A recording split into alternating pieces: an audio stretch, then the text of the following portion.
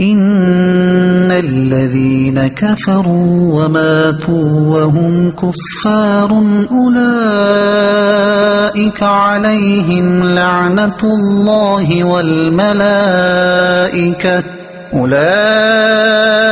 عليهم لعنة الله والملائكة والناس أجمعين. ترجمہ: بے شک وہ لوگ جنہوں نے کفر کیا اور کافر ہی مرے، ان پر اللہ اور فرشتوں اور انسانوں کی سب کی لعنت ہے. وماتوا وهم کفار، اور جو حالت کفر میں مرے. تفسیر صراط الجنان میں ہے سب سے بدبخت آدمی کفر پر مرنے والا ہے، اگرچہ اس کی ساری زندگی اعلیٰ درجے کی عبادت و ریاضت اور تبلیغ و خدمت دین میں گزری ہو. کفر پر مرنے والوں پر اللہ تعالیٰ کی، فرشتوں کی اور تمام انسانوں کی لعنت ہے. برے خاتمے کا خوف. اس آیت سے معلوم ہوا مرتے وقت ایمان کی دولت سے محروم رہ جانا سب سے بڑی بدبختی ہے، اور اس وقت ایمان کا سلامت رہ جانا بہت بڑی سعادت ہے.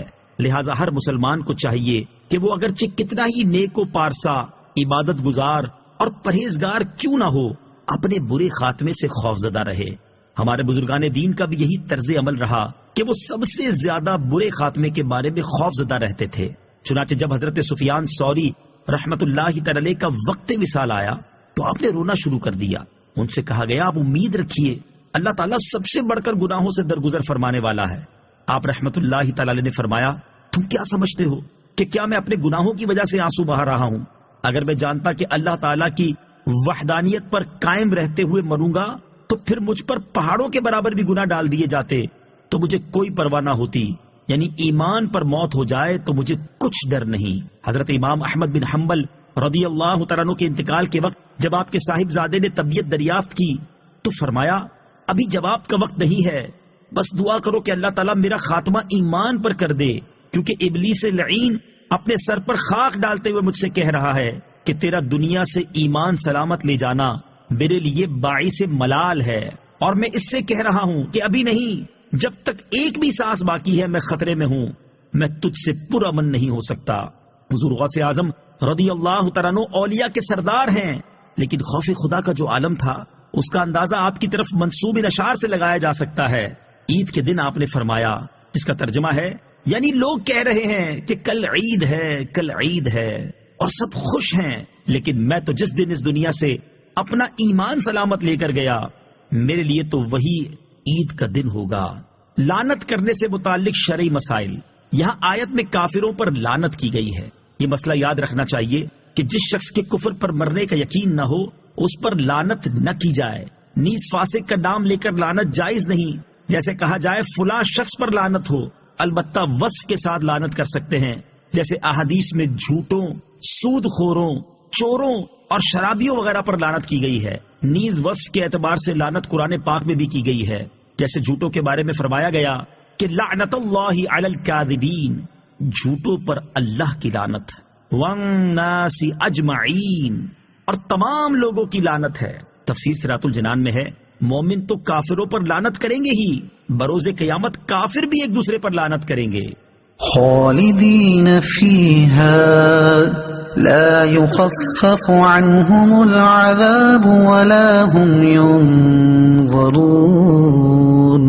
ترجمہ: وہ ہمیشہ اس میں رہیں گے، ان پر سے عذاب ہلکا نہ کیا جائے گا اور نہ انہیں مہلت دی جائے گی. لا يخفف عنهم العذاب، ان پر سے عذاب ہلکا نہ کیا جائے گا. تفسیر صراط الجنان میں ہے کفار کو کبھی عذاب سے چھٹکارا نہ ملے گا اور نہ انہیں نیک اعمال کی یا توبہ کی مہلت دی جائے گی. کافر کا عمل اسے کچھ نفع نہیں دیتا. البتہ علماء نے فرمایا ہے اور احادیث سے سمجھ آتا ہے کہ جس عمل کا تعلق نبی کریم صلی اللہ تعالی علیہ وسلم کی ذات گرامی سے ہو اس سے کافر کو بھی فائدہ ہوتا ہے.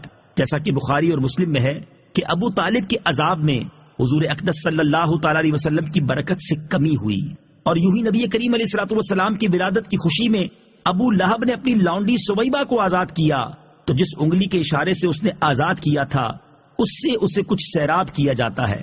یہی کلام علامہ عینی رحمت اللہ تعالی علیہ نے ابو لہب والی حدیث کے تحت عمدۃ القاری جلد نمبر 14 صفحہ 45 پر فرمایا ہے.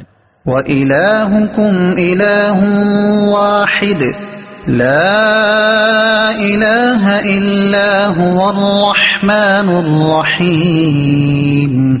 ترجمہ، اور تمہارا معبود ایک معبود ہے، اس کے سوا کوئی معبود نہیں، بڑی رحمت والا مہربان ہے۔ وَإِلَٰهُكُمْ إِلَٰهٌ وَاحِدٌ، اور تمہارا معبود ایک معبود ہے۔ تفسیر صراط الجنان میں ہے، کفار نے حضور اقدس صلی اللہ تعالی علیہ وسلم سے اللہ تعالیٰ کی شان و صفت معلوم کی تو یہ آیت مبارکہ نازل ہوئی کہ تمہارا معبود ایک معبود ہے، نہ اس کے اجزاء ہیں، نہ کوئی اس کی مثل ہے۔ معبود و رب ہونے میں کوئی اس کا شریک نہیں، وہ اپنی ذات و صفات اور افعال میں یکتا ہے۔ مخلوق کو تنہا اسی نے بنایا، وہ اپنی ذات میں اکیلا ہے۔ اس میں اعظم والی آیات حضرت اسماء بنت یزید رضی اللہ تعالی عنہا سے روایت ہے، نبی کریم صلی اللہ تعالی علیہ وسلم نے ارشاد فرمایا، اللہ تعالیٰ کا اسم اعظم ان دو آیتوں میں ہے۔ ایک یہ آیت وَإِلَٰهُكُمْ إِلَٰهٌ وَاحِدٌ لَا إِلَٰهَ إِلَّا هُوَ الرَّحْمَٰنُ الرَّحِيمُ۔ دوسری سورہ آل عمران کی ابتدائی آیت الف لام میم اللہ لا الہ الا هو الحی القیوم